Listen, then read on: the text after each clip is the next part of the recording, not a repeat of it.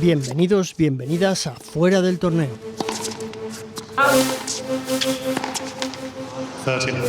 El podcast sobre tenis.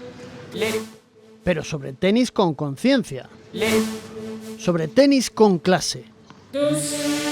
El podcast sobre tenis con conciencia de clase.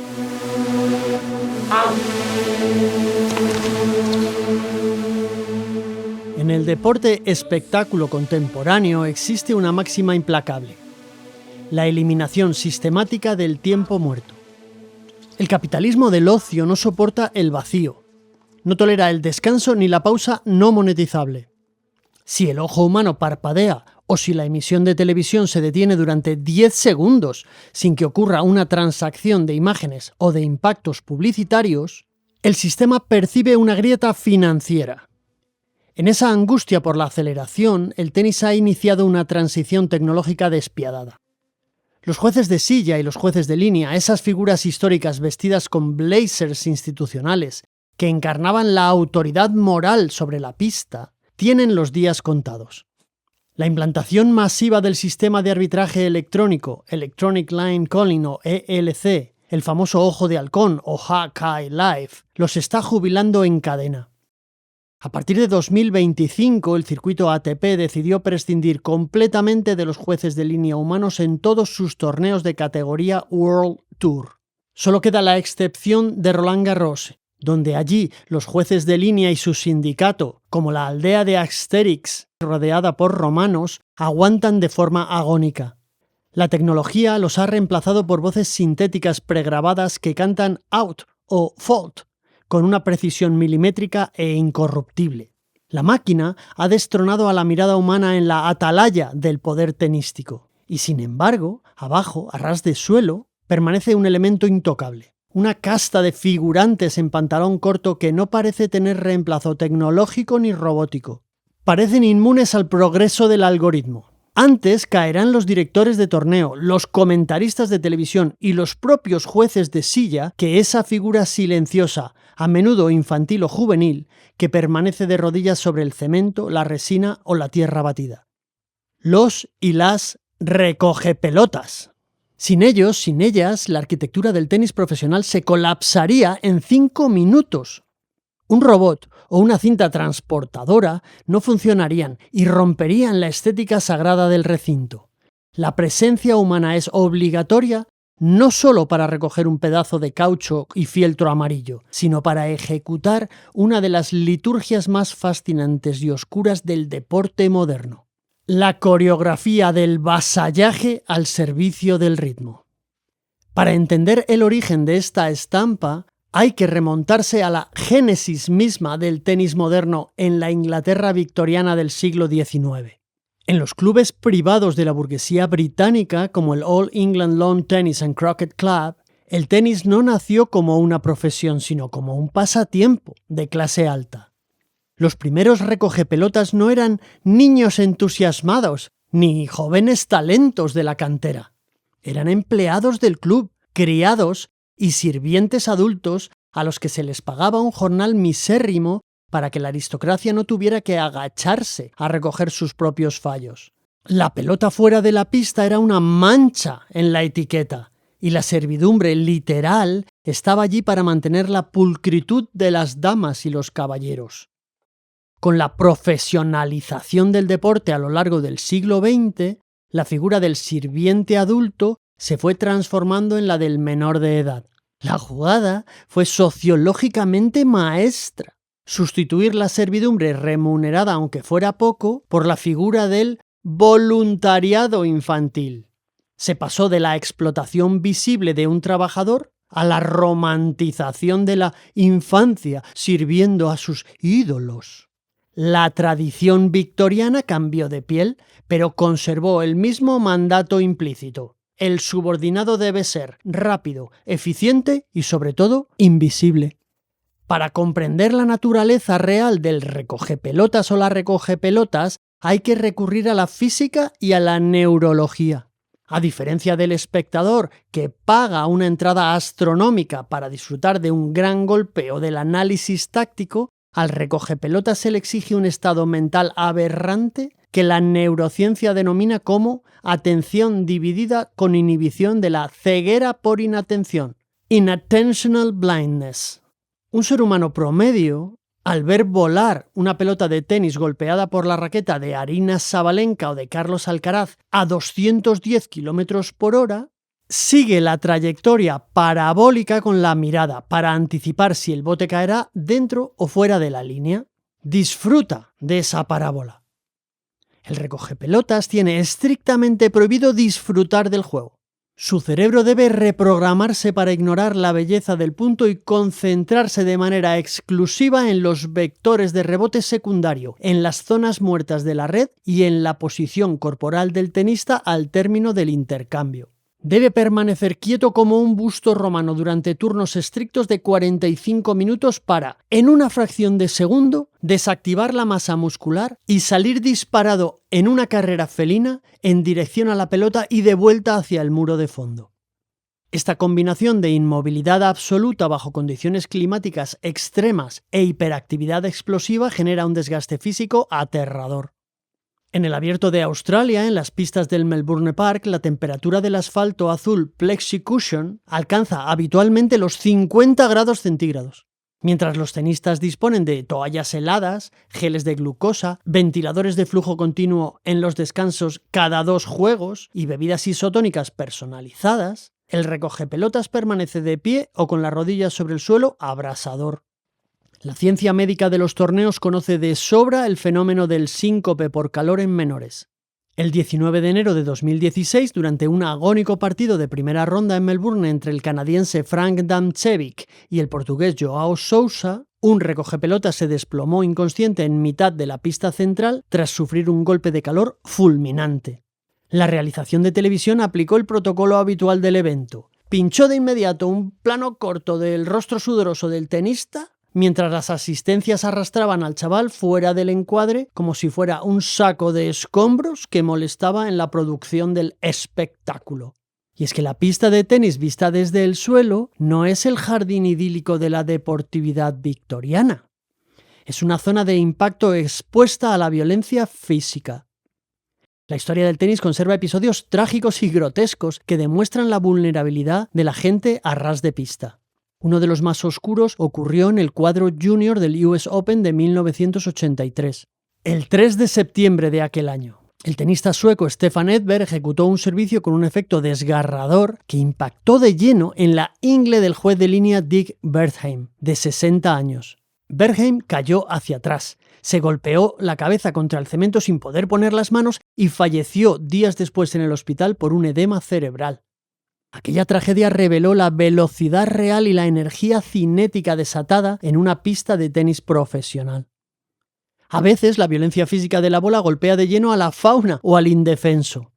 En el Abierto de Australia de 2002, durante un cruce de dobles, el tenista francés Michel Jodrat soltó una derecha colosal a bote pronto que impactó de lleno contra un pájaro que cruzaba la pista central a baja altura.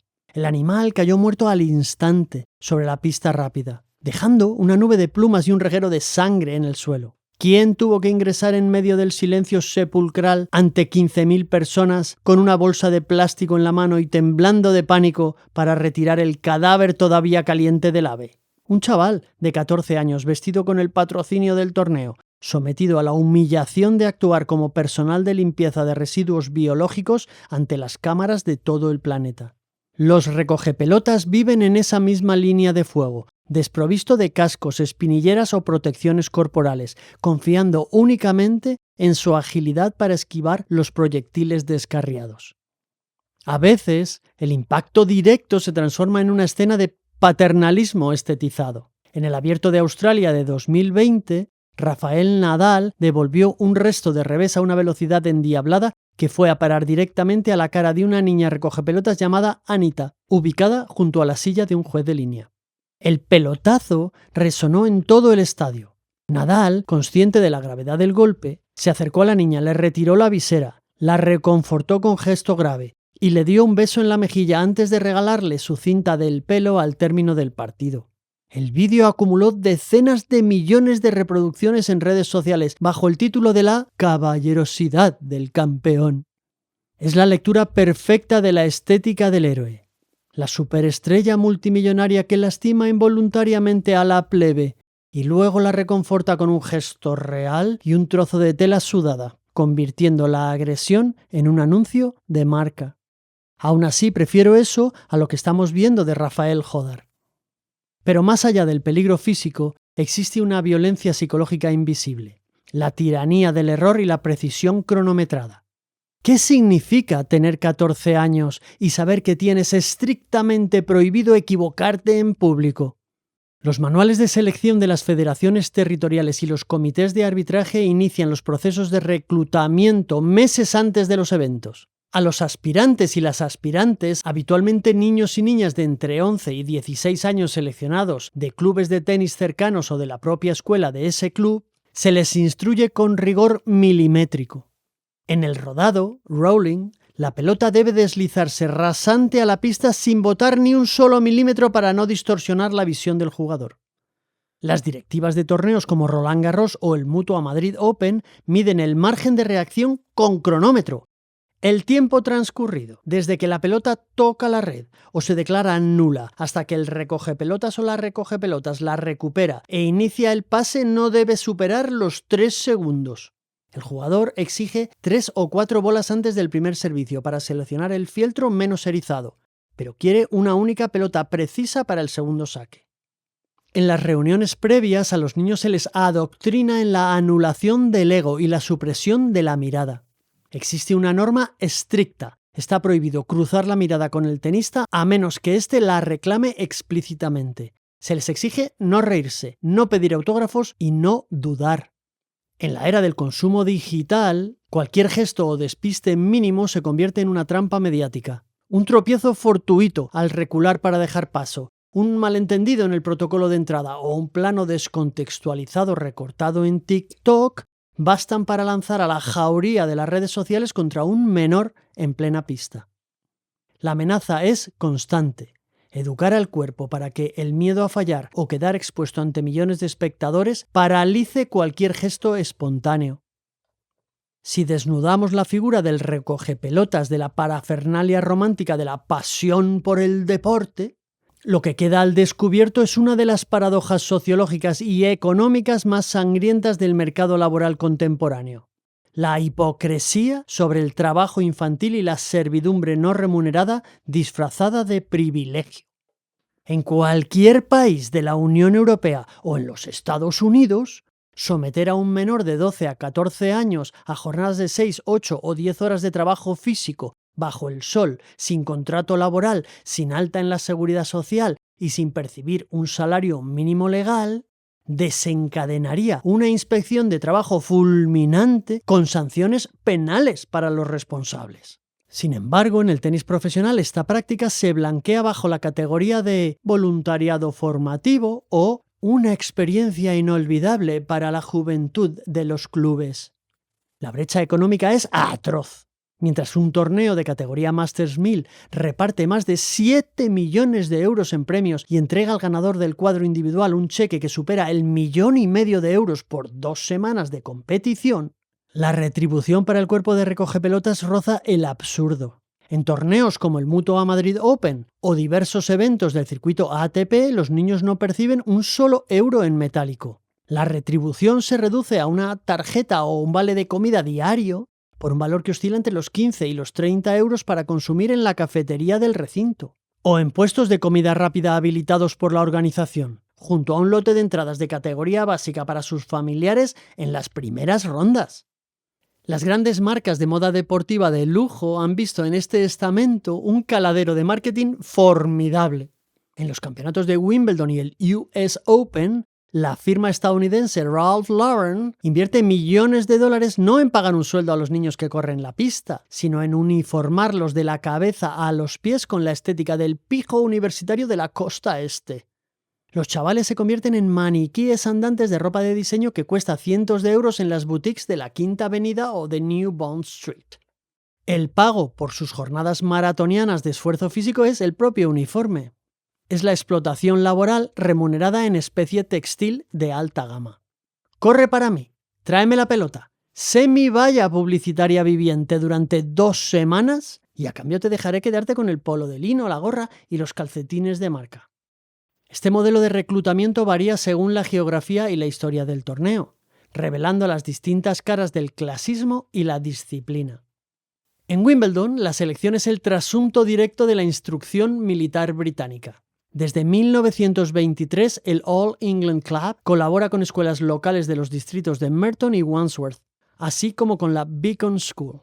No se busca simplemente a niños y niñas ágiles. Cientos de aspirantes son sometidos a meses de pruebas eliminatorias a partir de enero para el torneo de julio. Se les evalúa en resistencia física, en velocidad de rodado y, fundamentalmente, en una disciplina castrense, erguidos en posición de firmes, con la mirada congelada al frente, imitando la rigidez de la Guardia Real del Palacio de Buckingham. Se enseña al menor a anular cualquier atisbo de espontaneidad para convertirse en una sombra invisible dentro de la catedral del tenis. En Madrid, el torneo Mutua Madrid Open, bajo la propiedad del magnate y excéntrico empresario rumano Ion Tiriac en el año 2004, decidió romper este paradigma con una provocación comercial sin precedentes. Tiriac prescindió de los niños de las escuelas municipales de tenis en las pistas principales para contratar a modelos profesionales de agencias. Mujeres jóvenes de más de 1,75 de estatura, vestidas con faldas pantalón ajustadas y tops diseñados por marcas de patrocinio corporativo como Hugo Boss. Aquel experimento desató un incendio político y feminista que llegó a los tribunales y al Ministerio de Trabajo de España. Mientras los niños de la Federación Madrileña de Tenis realizaban jornadas maratonianas en las pistas secundarias a cambio de la equipación y vales de comida a 0 euros de salario, las modelos profesionales percibían contratos que rondaban los 1.500 euros por el torneo. La indignación forzó a la organización a recular en ediciones posteriores, sustituyendo la indumentaria por tops holgados y pantalones pirata. Tiriac no buscaba eficiencia deportiva. Buscaba hipersexualizar la pista y convertir el puesto de recogepelotas en un adorno de pasarela para captar el interés de las marcas de relojes suizos y automóviles de gran cilindrada. Las modelos, que no sabían anticipar la trayectoria de la bola ni cómo entregarla con el bote adecuado, ralentizaron los partidos y provocaron las quejas de jugadores como Lleyton Hewitt o Marat Safin. Sin embargo, el mensaje quedó grabado a fuego. Para el mercado, la recogepelotas es una pieza intercambiable de atrezo. Un elemento de atracción turística que se puede sustituir por un niño militarizado o por una modelo de pasarela según los intereses de la hoja de pérdidas y ganancias. En el extremo opuesto se encuentra la hermosa anomalía de Cincinnati, el Masters Mill de Ohio, o el césped de Newport, en Rhode Island. Allí el tenis conserva una reserva de dignidad comunitaria. El cuerpo de recogepelotas no está reservado a la infancia ni a la belleza de catálogo. Cualquier vecino o cualquier vecina de entre 12 y 75 años puede presentarse a las pruebas. El resultado es una lección de escala humana. En lugar del dinamismo robótico en las pistas secundarias de Cincinnati, ves a una señora de 60 años que cruza la pista a su propio ritmo entre servicios, mientras un jugador como Medvedev resopla. O a un ingeniero jubilado de la planta de General Electric que le devuelve la bola al número 1 del mundo con un bote parabólico más propio del béisbol que del tenis y que le golpea en el pecho en lugar de caer plácidamente en su mano. Fue allí donde vimos a Novak Djokovic durante una suspensión por lluvia invitar al chico que le sostenía el paraguas a sentarse a su lado en el banquillo, compartir su bebida de electrolitos y chocar los botellines entre la ovación del público. O a Andy Roddick improvisando una lección de rodado de Rowling en pleno partido para enseñarle a un voluntario local cómo deslizar el fieltro por el cemento sin que bote. Cincinnati y Newport demuestran que la agilidad no es un requisito del juego, sino de la televisión. Convertir la tarea en un acto intergeneracional desmantela la estética de la servidumbre y nos devuelve la comedia de la imperfección. La certeza de que debajo del espectáculo millonario, el mundo sigue siendo un club de barrio. Existe un elemento dentro de la pista que ha puesto al descubierto la fragilidad moral de las superestrellas del tenis en su relación con los y las recogepelotas: la toalla. Antes de la pandemia de COVID-19 en el año 2020, el protocolo de circuito ATP y WTA exigía que la recogepelotas sostuvieran la toalla del jugador al fondo de la pista y se la entregaran en la mano entre punto y punto. Esa imagen encapsulaba una de las dinámicas de clase más perversas de la sociedad moderna. Un adolescente de 14 años corriendo a la esquina para recibir una toalla empapada en sudor, fluidos corporales y secreciones de un deportista multimillonario que, en la mayoría de los casos, ni siquiera le miraba a la cara ni le daba las gracias. El jugador lanzaba el trozo de rizo de algodón empapado sobre el chaval como quien tira la basura a un contenedor. La pista de tenis se transformaba así en un microestado, donde el tenista o la tenista actuaban como un señor feudal, con derecho de pernada verbal sobre sus vasallos. Cuando la frustración por una doble falta o un error no forzado carcomía la mente de la estrella, el recogepelotas o la recogepelotas se convertían en el chivo expiatorio perfecto para descargar la rabia, sabiendo que el menor tenía prohibido por reglamento contestar, hacer un gesto de desagrado o salirse de la neutralidad. Los episodios de violencia verbal e intimidación forman parte de una hemeroteca de la vergüenza. En el torneo de Shenzhen de 2018, Fernando Verdasco abroncó a gritos a un chaval de 12 años por tardar 3 segundos en alcanzarle la toalla. Unas semanas después, en Pekín, la bielorrusa Arina Sabalenka, tras perder un servicio, agitó la mano con asco ante un recogepelotas al no recibir la toalla al milisegundo. Terminó arrojándola al suelo de la pista rápida con un gesto de desprecio total. Nick Kyrgios ha llegado a estamparle una raqueta a centímetros de los pies a un niño acorralado contra el muro en Indian Wells. Y Alexander Zverev ha destrozado la silla del juez a raquetazos, rozando la cabeza de un chico aterrorizado en Acapulco. El recogepelotas, la recogepelotas, educados en el dogma de la invisibilidad y la sumisión, soportan esta descarga neurosensorial bajo la amenaza implícita de ser expulsado del torneo si osa romper la neutralidad. Cuando irrumpió la pandemia del coronavirus en marzo de 2020, las autoridades sanitarias impusieron una norma de sentido común básico que las asociaciones de tenistas habían rechazado durante décadas. Los jugadores debían llevar y recoger su propia toalla de unos cestos instalados al fondo de la pista. De la noche a la mañana, la servidumbre del sudor quedó abolida. La estrella tenía que andar 10 metros, coger su toalla, secarse y volver a colocarla. Aquel pequeño cambio demostró dos cosas. Primero, que el tenis no perdía ni un ápice de su dinamismo deportivo porque el tenista fuera a por su propia ropa sucia. Y segundo, la enorme resistencia de las élites a perder sus privilegios de servidumbre. Hoy en día, a medida que se diluyeron las restricciones sanitarias, los torneos han recuperado el formato antiguo y le han devuelto al recogepelotas a la recogepelotas su papel de portador de los fluidos del campeón. El tenista vuelve a estirar la mano y hace ese gesto ciego frente a la cara, que aunque recuerde al "You can't see me" de John Cena en la lucha libre, en el tenis significa exactamente lo contrario. I can't see you, ni te veo, no te miro. No tengo ningún recuerdo consciente de haber grabado un solo plano de los y las recogepelotas en mi etapa como creador audiovisual en el Mutua Madrid Open de 2009. Era mayo. Se estrenaba la infraestructura de hormigón de la caja mágica y el circo de Ion Tiriac desplegaba en la pista Manolo Santana a las modelos vestidas de Hugo Boss con pantalones pirata y visera blanca. Para mí, en aquel momento, aquellos cuerpos eran parte del decorado, tan invisibles como los focos o los paneles de publicidad. De hecho, hoy, incluso en este podcast, no hablo de los recogepelotas hasta el capítulo 17. Pero hoy, echando la vista atrás, recuerdo perfectamente la frontera física de las tripas del estadio, la grieta insalvable entre el brillo y el túnel. Ver el tenis a nivel de pista con los ojos pegados al suelo, por debajo de la línea de la red, altera el juicio estético para siempre. Desde la grada o desde la pantalla de televisión, el tenis es un dibujo técnico. Trayectorias limpias, geometría, estrategia de espacios y sonido amortiguado.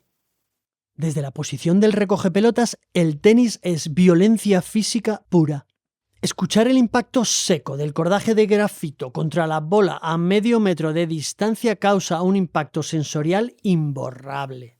Sientes el desplazamiento del aire, el crujido agónico del calzado destruyendo la capa de arcilla y la respiración ahogada del deportista que se está jugando cientos de miles de euros en un solo segundo. Estar ahí abajo exige una valentía silenciosa. Tienes que dominar el arte de la inmovilidad bajo la amenaza constante de que un misil de goma y fieltro te desfigure el rostro, manteniendo al mismo tiempo la dignidad para no encogerte ni buscar protección. En un torneo como el Masters de Madrid se ve la verdadera escala social del torneo.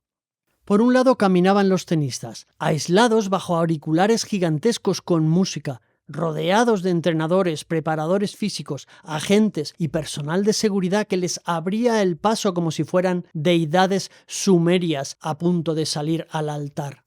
Por otro lado, hacinados en salas sin ventana de la planta subterránea, los chicos y chicas recogepelotas descansaban alineados en bancos de plástico, comiendo bocadillos fríos en papel de aluminio y bebiendo agua de garrafa entre turno y turno.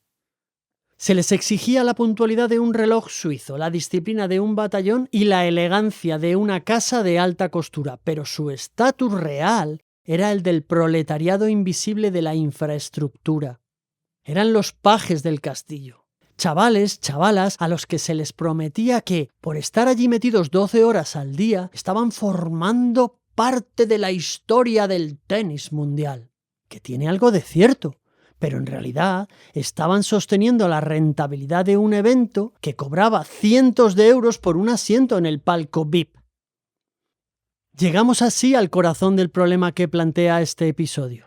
Si los jueces de línea ya han sido sustituidos por los sensores ópticos del ojo de halcón, si los jueces de silla serán reducidos en la próxima década a un software de inteligencia artificial que gestione los tiempos de saque, los retoques del marcador y los micrófonos de pista, ¿por qué los recogepelotas siguen siendo biológicamente necesarios? Porque los y las recogepelotas son el último cordón umbilical que conecta al tenis con la condición humana y la impredecibilidad del espacio público. Un algoritmo puede calcular si una bola ha botado 2 milímetros fuera de la línea de tiza. Una cámara de alta definición puede medir los 25 segundos del reloj de saque. Pero ningún robot inventado en Silicon Valley puede interpretar la mirada cansada de un jugador que pide 3 bolas para elegir la que tiene el fieltro menos erizado para su primer servicio. Ninguna máquina puede deslizarse con la gracia de la adolescencia sobre la tierra batida de Roland Garros para borrar la marca de un bote dudoso sin interrumpir el flujo dramático de la batalla. El recogepelotas es el lubricante humano que permite que la ficción del tenis como arte permanezca viva. Es el sirviente mudo, sin el cual el rey no puede interpretar su papel de héroe. Por eso, reivindicar la figura de los y las recogepelotas desde una perspectiva crítica no es pedir su erradicación, ni reclamar que sean sustituidos por artefactos mecánicos. Es exigir la restitución de su dignidad material y laboral. Es denunciar la hipocresía de los torneos multimillonarios que se enriquecen con el patrocinio de multinacionales financieras mientras reclutan a menores bajo la trampa del voluntariado gratuito.